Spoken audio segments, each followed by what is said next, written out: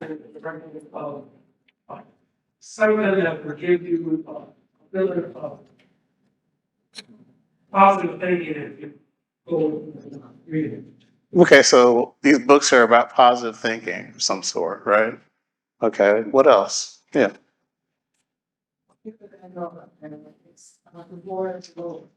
Devoid of the Lord. Yeah. Sorry. Waking up a guide to spirituality without religion. Spirituality without religion. Right. Okay. Any other comments? Any other things that you notice that are common about those books or associated? Okay. All these books, I included another book in there, but I took it off because I thought it might be a little confusing to you, but it's the Origin of the Species by Charles Darwin. But I didn't put it up there because I didn't want to confuse you too much. But all these books are making a claim about what life's about. Even the book Jesus Calling, it's about Christianity, but it's making a claim. Okay. I'm not going to go into detail about what each of the books are claiming about reality or about what life's about, but that's what's common about this. I'm okay, you're okay has nothing to do with Christianity at all. It has to do with the makeup of mankind, a psychology type book. And it's about the fact that we're often plagued by shame and guilt, and that we shouldn't be. I'm okay, you're okay. And I remember my mom, she was a psychotherapist, and my mom and I would get in conversations about psychotherapy. And I remember I had a shirt, and whether this is good or bad, my shirt said, "If I'm okay, you're okay, explain this." And it had a picture of Jesus on the cross. And that was very offensive to my mom. And so we had a big conversation about that. Like, how dare you? That type of thing. But all these books are making a claim about what is really important in life and what's true about life. And they also make a claim that the Christian worldview is not enough. They all do that, even Jesus Calling. In fact, the book by Sarah, I forgot her last name, who did the book Jesus Calling, was making the claim that when you read the Bible, sometimes you're not getting enough. And sometimes you need to go a little beyond that. And what she's done is just to start writing out what Jesus might say to her in a daily life experience. And she started putting those things in a book of these things that Jesus said to her personally. They all make the claim the Christian life is just not enough. If all you're doing is claiming yourself to be a Christian, you're missing something. Other books like Your Best Life Now, Girl Wash Your Face, Untamed, those books have a Christianese message that says something similar. That Christianity or reading the Bible, doing those type of things you're just missing out on so much more in life. That's why I brought these books out.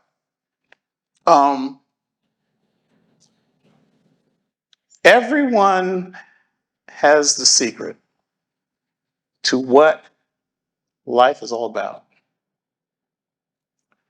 And sometimes we experience pressure to accept certain ideas, or we feel that we're missing out on something.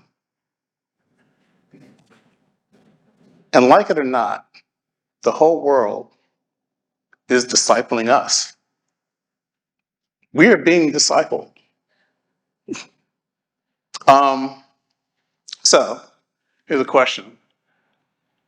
What are some of the ways we're being discipled today in our world besides these books? Yeah, Lisa. Well, obviously, on the internet, Social media. helping us to relate largely of the bottom. Mm-hmm. Social media, internet, things like that. They're all telling us views. Everybody's got a view on something. Like we're saying, Yeah. if you don't have a foundation, a basis for that comment, then anybody's view is just as valid as anybody else. Mm-hmm. So years ago, when we had the Bible as a Christian nation founded, you know, obviously it wasn't perfect, but it had a basis. Mm-hmm. Therefore, we had a foundation and we were Yeah. sort of working towards that. But today, Mm-hmm. we've thrown a lot of that out. And Yeah. so everybody's view is valid, right? Yeah, interesting, because years ago, the Bible used to be the final word of a lot of things, but that has changed. It's not the final word now. How about advertising? Yeah, yeah.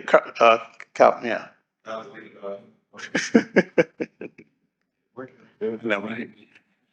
I was thinking when you had mentioned that, I was thinking advertising, but I was also thinking about our political environment Yes. has in some ways Yeah. not only said what we should support and not support, what we should buy and not buy, what we should believe and not believe, Yeah.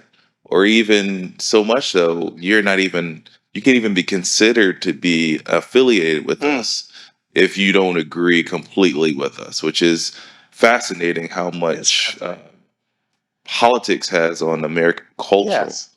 And so much so that it's almost becoming more, I'll say, cultish than probably it's ever been in American history. That's an interesting point, because I was thinking the same thing, that it's become almost religious, the zeal. And if you deviate even to a certain degree on any particular point, it's heresy. I find it fascinating. What about entertainment?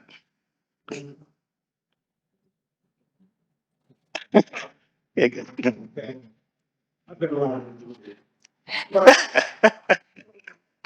Yeah. On TV, the family programs and things like that. You never ever saw things. You never heard such language. And now anything goes. You know what I mean? It's common.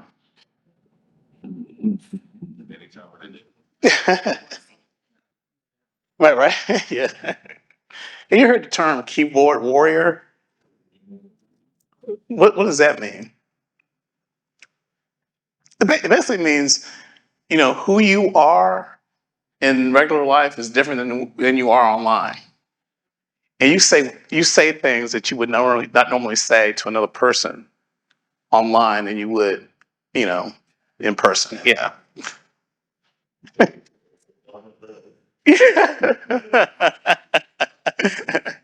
Some thug. I have a friend of mine. We always talk about these issues all the time. And one of the things we talked about is, in our culture, what is really new, a new thing, and we don't even recognize it as new. But everybody's working for likes. Have you noticed that? Everybody wants a like.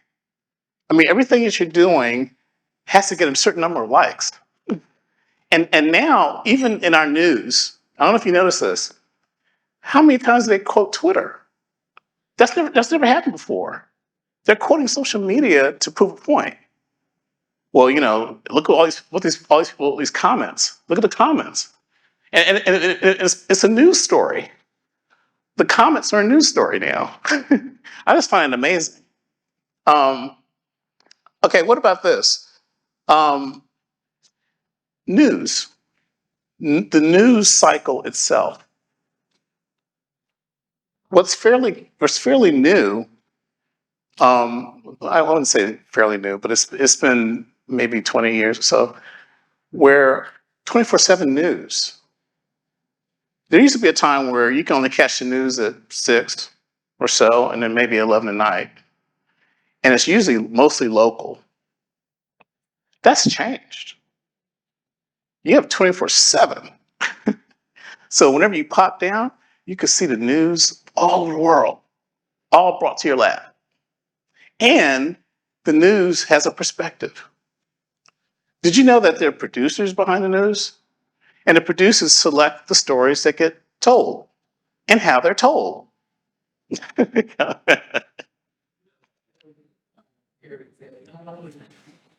CNN, it was 24 hours. Yeah. Kind of news All kinds of- channels, BCC, Yeah. News Nation, all of it. It's Oh, yeah. amazing.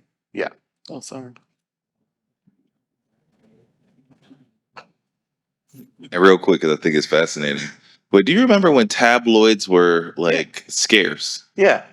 But I do. tabloids are now mainstream Yeah. media, Yeah. right? If you think Yeah. about it, where it was kind of like taboo, and you see it, and you're like, "Oh, this," right? But now it's being consumed as mainstream media, not only in television but also in social media. Yeah. And here's another thing too about news that you probably don't really know much about, but it's my world I'm in. I'm in media and marketing and all that. So here's something else that you probably don't even realize. But many years ago, there, in terms of news, there used to be 26 different outlets where you get news from. It's been reduced to 4, and they all go by the AP, Associated Press, right? If you go to the AP's website and see their statement of ethics and also guidelines for editorial, it's massively changed, and it's shocking. They even suggest don't even mention mother and father. Don't mention those terms because they're offensive now.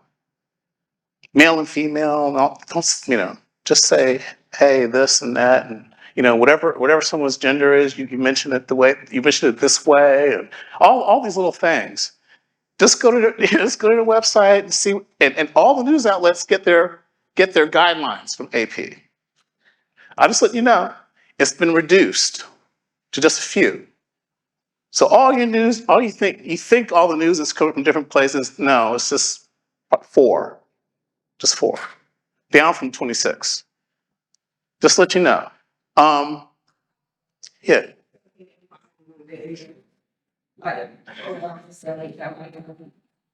No. Mm-mm. No. Over time, it's got reduced in terms of one medium buys another. Yeah. Go ahead. What you have just said will be fed to tomorrow's generation, which is Yeah. really what you really have to think about. That's really what's going on. Yeah. Now, I have another buddy, and we're both in media. And one of the things we always try to tell our kids is that entertainment is not just entertainment, and news is not just news. The news has to sell ads too. They have to get views. There's money flowing. Nothing is neutral. Everything is produced. If you ever watch a TV program like Bear Grylls or something like that, he's out in the woods somewhere. There's about 10 different people out there with him, but you don't realize it because it's how it's produced. I had a friend. Her name was Becky. She used to be a news anchor, and one thing she was telling me is, always watch the news anchor and see if when they do a report, if they have the same clothes on.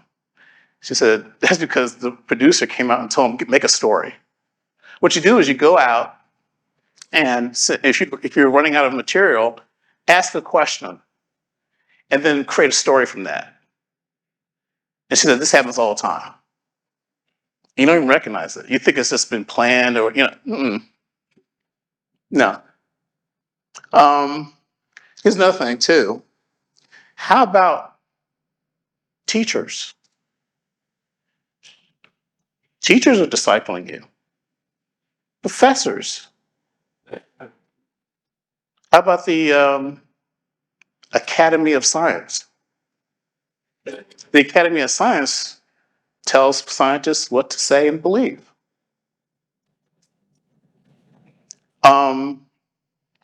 What about your coworkers? Your coworkers have opinions.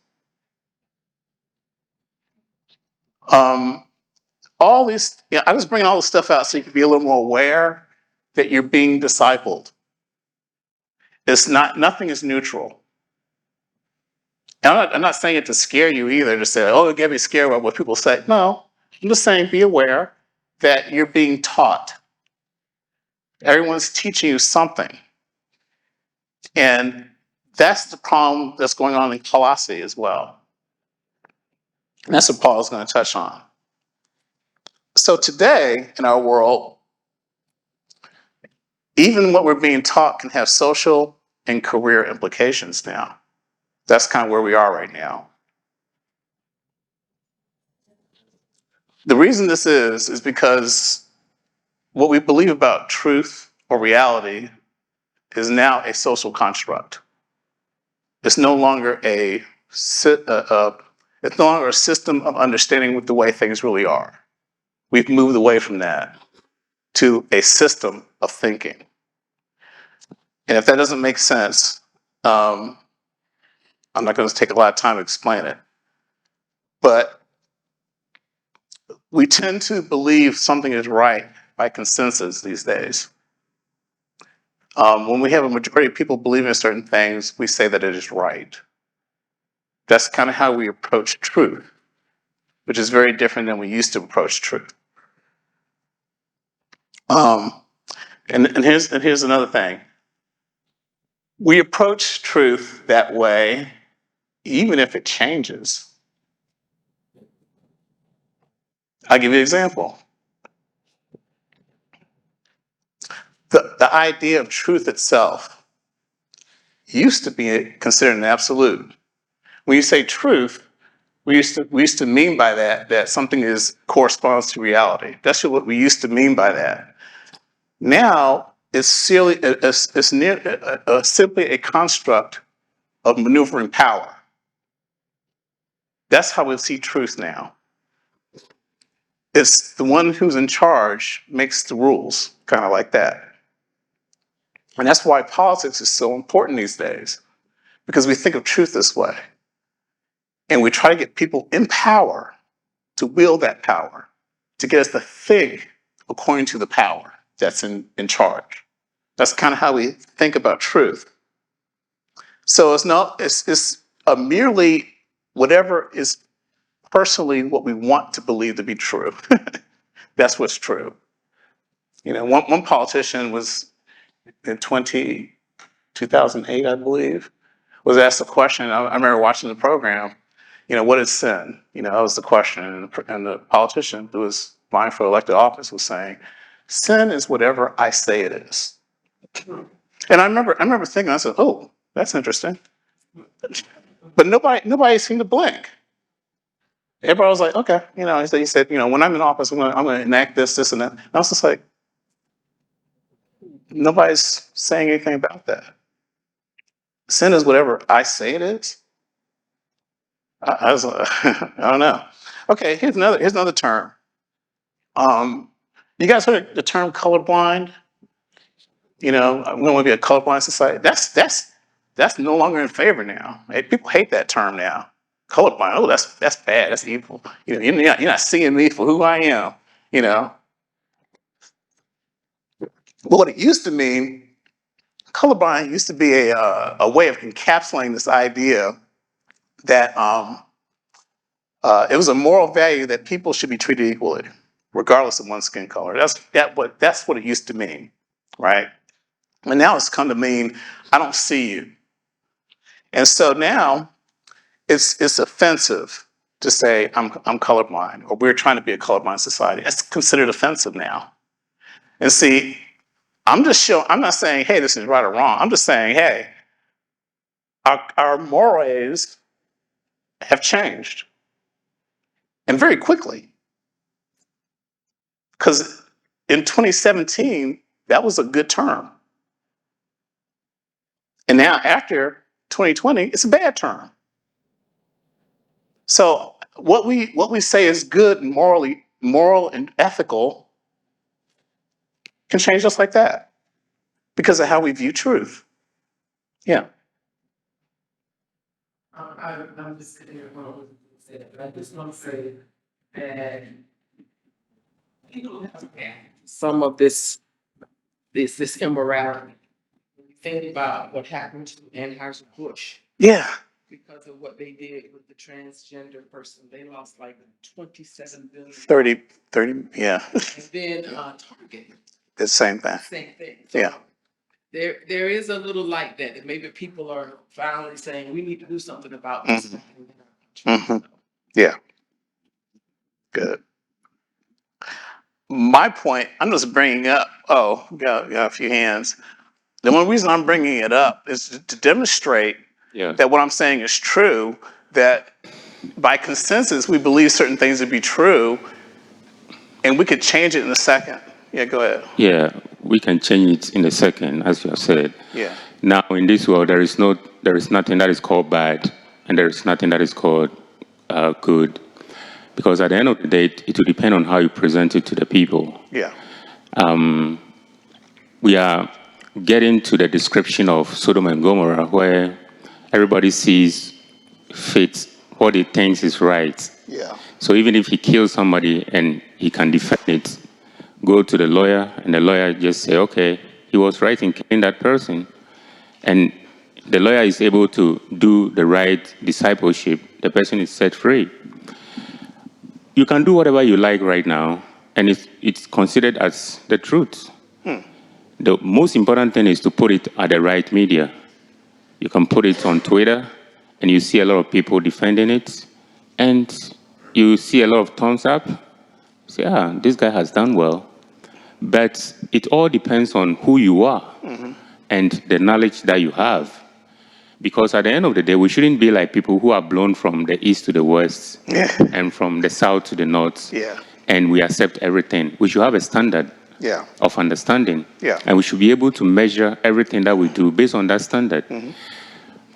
Sometimes, as we began, I tend to understand the fact that if you are a Christian, or being Christian is good, it will let you understand a lot of stuff. But you should also have other knowledge that will let you repel some of the wrong things that people do. You know, because at the end of the day, if you are not able to have enough knowledge to be able to stand firm on the wrong things that people do, you'll be swayed from left and right, and you'll be so confused. I have a lot of things to say, but as far as we are. Yeah, I only have a little bit of time. I'm going to get to those points. We're in a generation too where they want us to support inclusivity, include everybody. Everything goes. And it's leveling the playing field. So I'm okay, you're okay, that book, I'm right, you're right. There's no wrong. And in 2 Thessalonians chapter 2, it speaks to the man of lawlessness. Yeah. And that is what we got going on now. Yeah, that's it. I would love to do a exegesis on that one. I'm just bringing these things up. Now, you could look at, if you go to ABC or YouTube or whatever, and look at that, there's a program called What Would You Do, and it deals with moral dilemmas, and they did a little hidden video camera and stuff like that. It's fascinating because the moral ethics of the whole colorblind thing was interesting, how it's different then than it is now.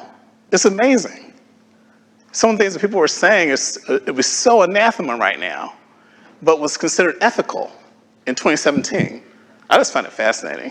It's just 2017. Also, too, you guys were aware that the LGBTQ designation is undergoing changes already? Already been changed? Yeah. Yeah, it's different things added to it. But now they're discussing we gotta get rid of that B. And the reason we gotta get rid of that B is because it speaks to two genders. Bisexuality. It goes against our ideas. The ideas we have now, it opposes the ideas we have now. So we got to do something about it. That's how we approach truth. That's how we approach truth. It's not what corresponds to reality or the way things really are. Now we're seeking ways to do the things that we really want to do. Okay, and I'm going to mention the idea of equality versus equity. I'm not even going to approach that. That's a whole new thing too. It's not about equality, it's about equity. What happened there? Equality used to be a good thing. You know, equal treatment under the law, equal justice, no matter who you are. No. Equal outcome, equal access. That's what's important. I'm not saying it's bad or good. I'm just saying we just changed our minds about something. Just like that. And if you look at the AP website and their guidelines, they constantly change as to what you should say editorially. There's certain words you can't say anymore that used to be good.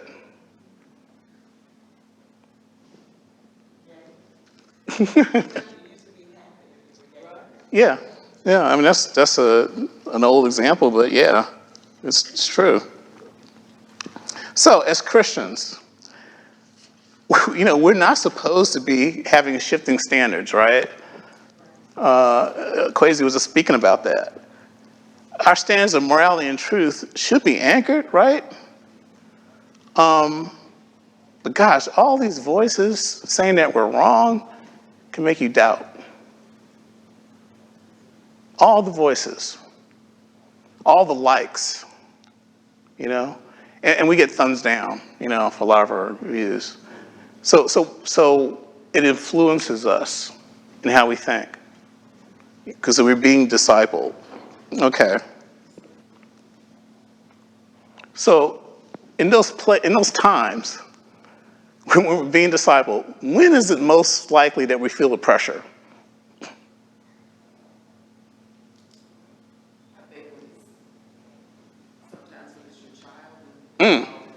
Yes, when it's your own child, and they come to you with these ideas. Ooh. How about if you're a job? Yeah. I mean, in my job, you know, we're like, hey, we're gonna be all for this thing. You know, this is the month to celebrate. I can't celebrate.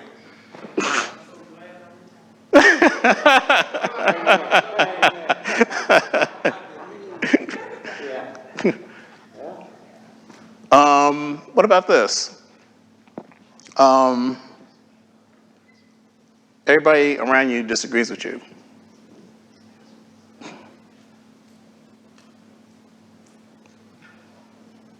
Or maybe in your own mind, you kind of disagree with everybody else. And you feel weird. I'm weird. Because everybody's saying this, but I'm thinking this.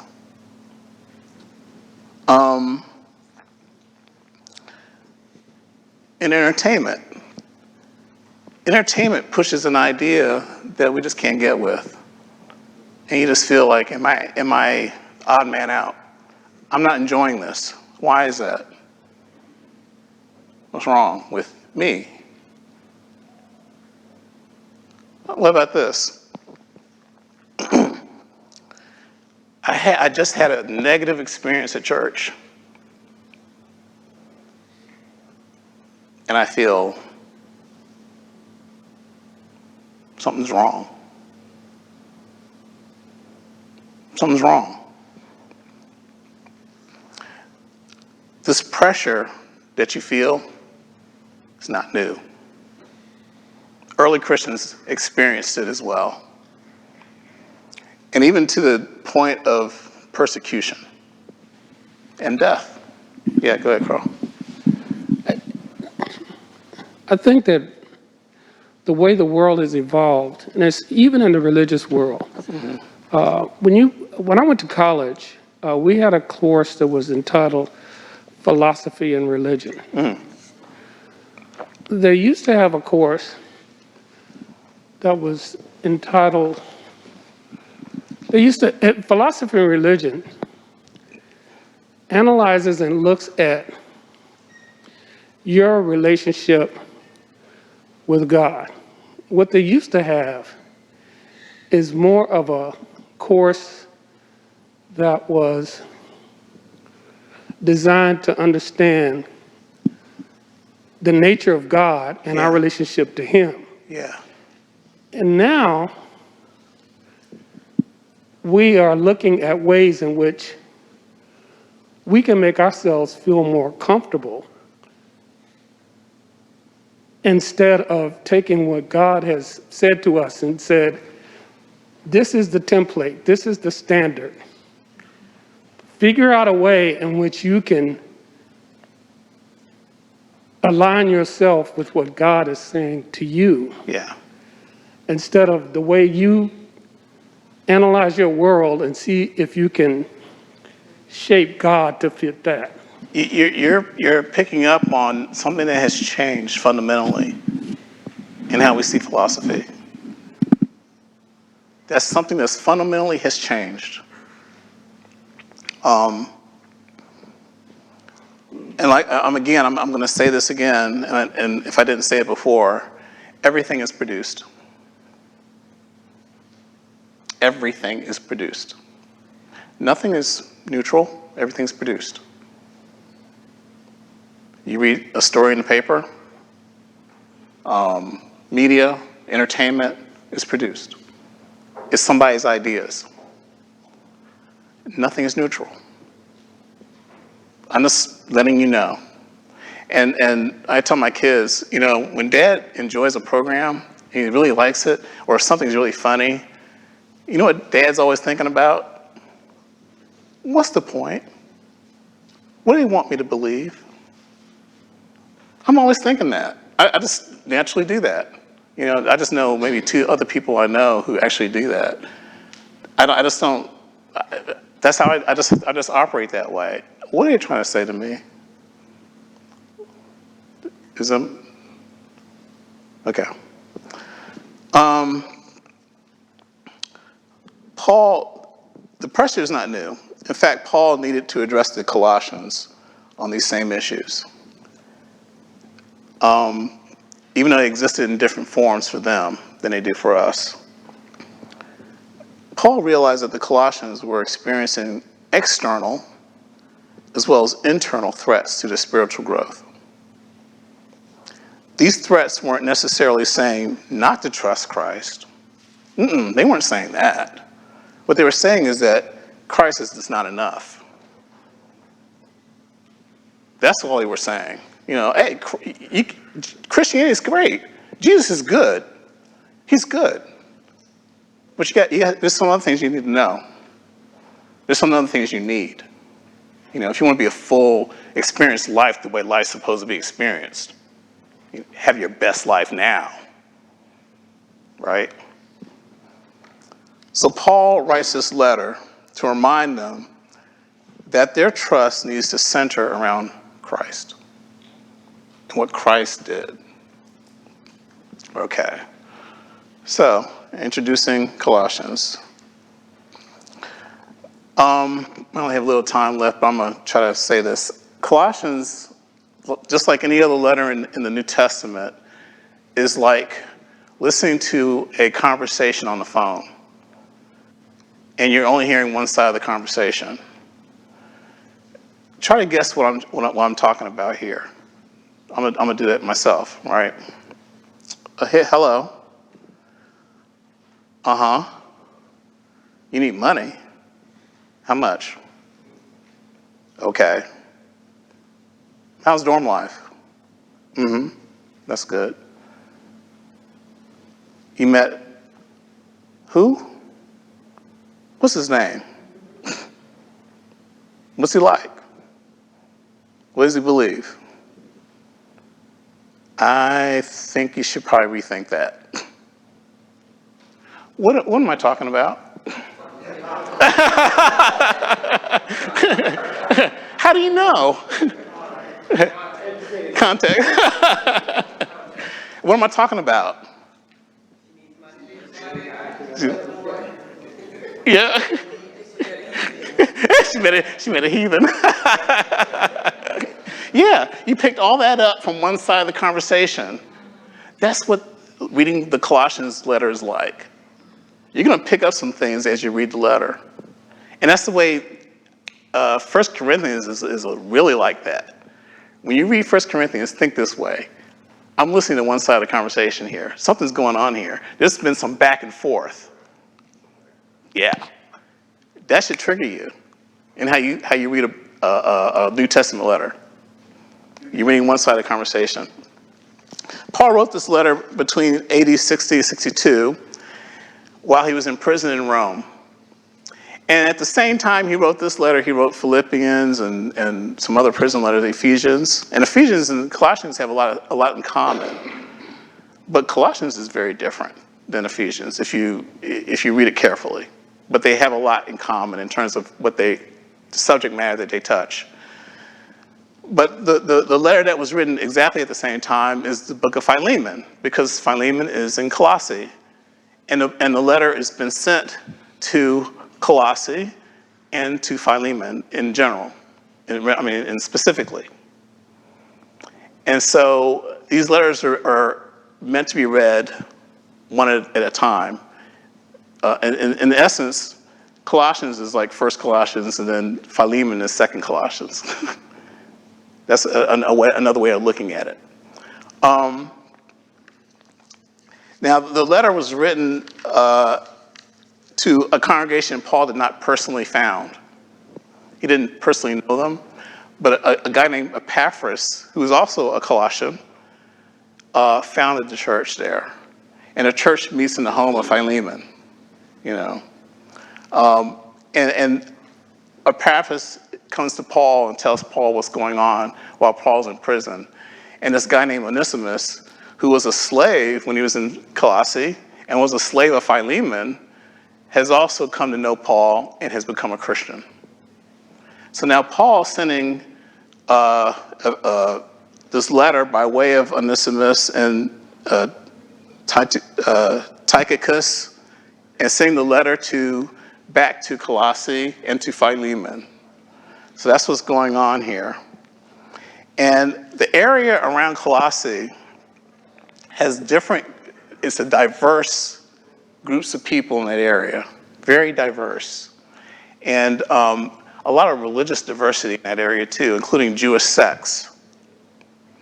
And and we could tell just by reading the letter that this is what's affecting the church. There's all these different ideas that are in the church and around the church. So, I'm calling this enough is enough. And the reason I'm using that term is because it's a double entendre, which means that it's a statement I put together to have two different meanings. One meaning is one of other discussed. Enough is enough. That's it.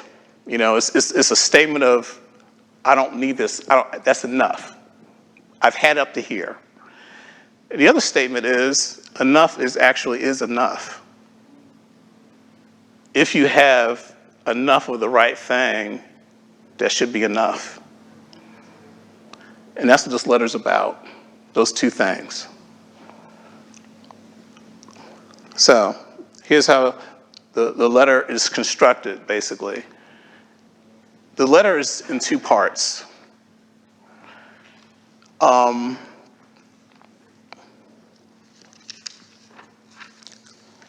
Okay. The letter is basically two parts. The first part is Jesus is above all, and that's what Paul wants to establish, that Jesus is central to what we say we believe, right? And his gospel. But you have to understand why he came and what he did in order for this to make any sense. And the second part is that believers need to be aligned with that. That since Christ is above, you also are above.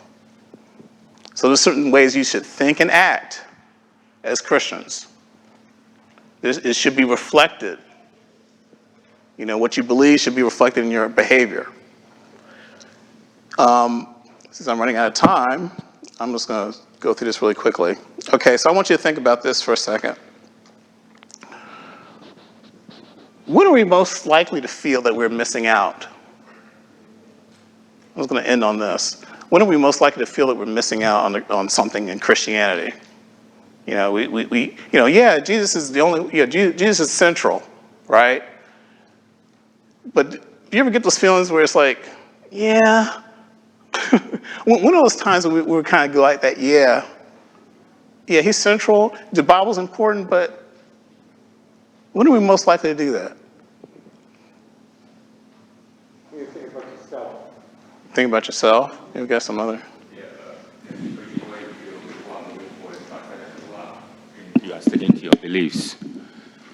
Like you feel you are missing out something when you feel like people are doing other stuff that is making them move faster in life than you are, and you are focusing on the Somebody's getting a position and I can't get it because of the way my belief in the Lord Jesus. Right, Dell.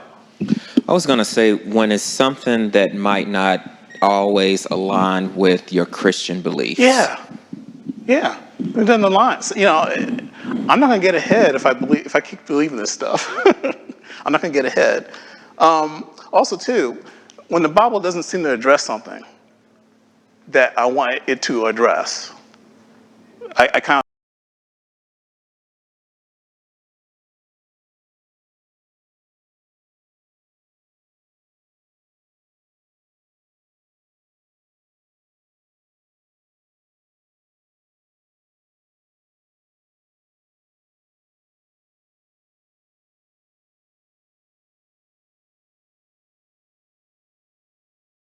on the church, not on Jesus.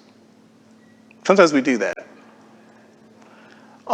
Sometimes, yeah, go ahead, Alicia. I was gonna say, we recently went through something with CJ where his friends would like practice soccer and basketball on Wednesdays. And he would be really upset when we told him, like, you're coming to Bible study, you can't go to practice. And he would get mad and be like, oh, I'm not gonna be able to start. And he would get a little attitude and stuff. But in the end, it ended up working out for him because the coach ended up being very understanding of our situation. But he didn't see that at first. Yeah. I mean, it's a sacrifice, you know, and being told you have to do something a little different than everybody else is doing. Everybody else seems to be getting, you know, benefits that I can't get. Thumbs down. Thumbs down. How about when we're suffering? We're suffering. Sad. Going through stuff.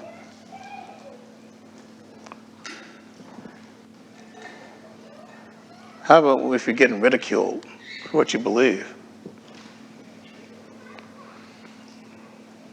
That's when we're tempted to say, maybe this Jesus stuff is not enough. Maybe I'm missing it. So I'm going to end with this question. Is Jesus the solution for every problem? No.